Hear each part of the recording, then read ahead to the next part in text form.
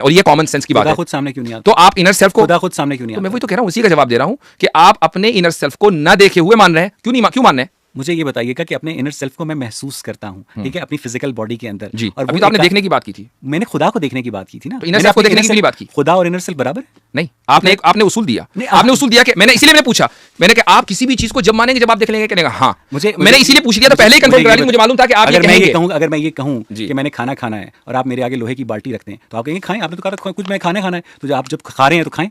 تو اس کا مطلب یہ ہے آپ انر سیلف کو، آپ یہی میں کہہ رہا ہوں، انر سیلف کی گاڈ کے ساتھ فالس ایکویولنس ہے. ایک گاڈ کو انسانوں کے ساتھ رابطہ کرنے کے لیے انبیاء اور رسولوں کی ضرورت کیوں پیش آتی ہے؟ گاڈ خود اپنے آپ کو سامنے لا کر بتا دے کہ بھائی میں ہوں. اس کی 2 وجہ میں نے آپ کو بتائی، 2 وجہ بتاؤں گا. پہلی وجہ تو میں آلریڈی بتا چکا ہوں. میں نے انر سیلف کے ساتھ گاڈ کو کمپیئر نہیں کیا ہے. آپ اپنے الفاظ میرے منہ میں نہ ڈالیں، بلکہ میں نے آپ کے اس اصول کو کہ میں جب دیکھوں گا تو مانوں گا، اس کو ڈیبنک کیا ہے. ٹھیک ہے، تو اس اصول کو ڈیبنک کرنے کے لیے میں نے انر سیلف کی مثال دی ہے.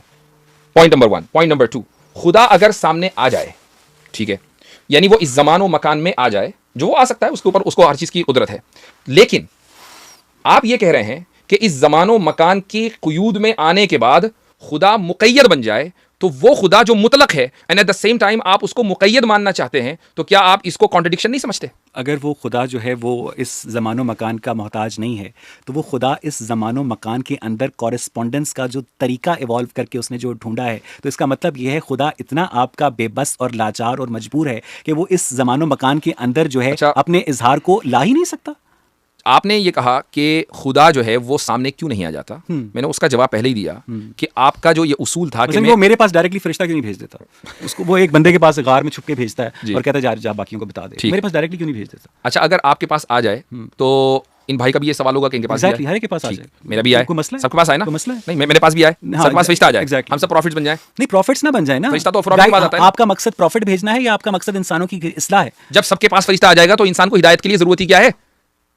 مجھے آپ کی بات سمجھ نہیں آئی. جب سب کے پاس فرشتہ آ جائے گا، ٹھیک، تو اس کے بعد تو یہ دنیا جنت. چونکہ مقصد خدا کا ہر انسان کو گائیڈ کرنا یہ نہیں ہے کریشن کا مقصد. اس دنیا کے اندر بھیجنے کا مقصد ہے امتحان کہ اپنی تم مرضی سے خدا کو تلاش کرو اور صحیح خدا تک پہنچو. یہ ہے. اس لیے بعض افراد کے پاس، انبیاء علیہ الصلوۃ والسلام کے پاس، رسولوں کے پاس اللہ تعالیٰ نے فرشتہ بھیجا.